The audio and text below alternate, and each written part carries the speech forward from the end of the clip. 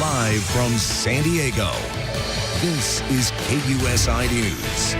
And we're talking a little bit about Governor Newsom making a major shift in his policies when it comes to CEQA and this program. It's certainly surprising. We're here. Mark, tell us, with what you're seeing, is this something that you've seen before from Gavin Newsom, and how is this going to affect our real estate?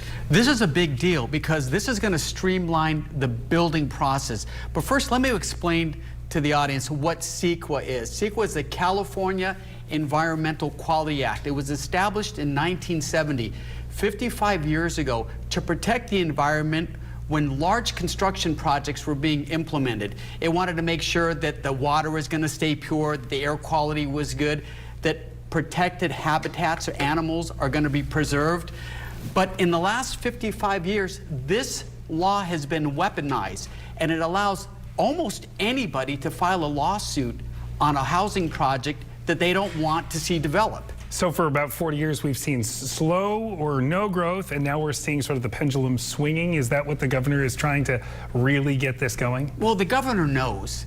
People are leaving the state in groves because they just simply can't afford it. There's not enough homes. In San Diego County, for example, we're about 100,000 units short of where we should be according to the state. So we have to build some homes. Now this CEQA, this law that was passed, was put into the state budget. So it's automatic. It's Senate Bill 131 and Assembly Bill 130.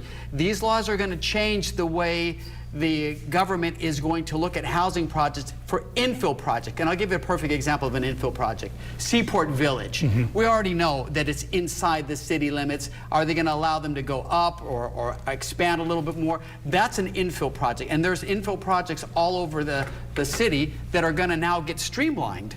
And so these infill projects have been blocked for so long. You've seen these fights in all sorts of little communities. I think of Encinitas, I think of Coronado, which is, I can't imagine how they add more housing in these little tiny spots. But these are all these infill projects that they're trying to pass through. What was CEQA initially established for, and then how did it become weaponized? Well, it was established to protect the environment. So let's say that you're going to build something on agricultural land or something like that. It would make sure that you're not impacting the environment. You're not taking away, let's say, the burrowing owl or land shrimp or the gnat catchers or whatever animal is out there. And also it has to do with traffic flow. How's the traffic flowing? It was designed to protect the environment. However, it has become weaponized, and actually even competitors will file lawsuits on their competition to prevent projects from going in. Neighborhood watch groups and environmentalists will.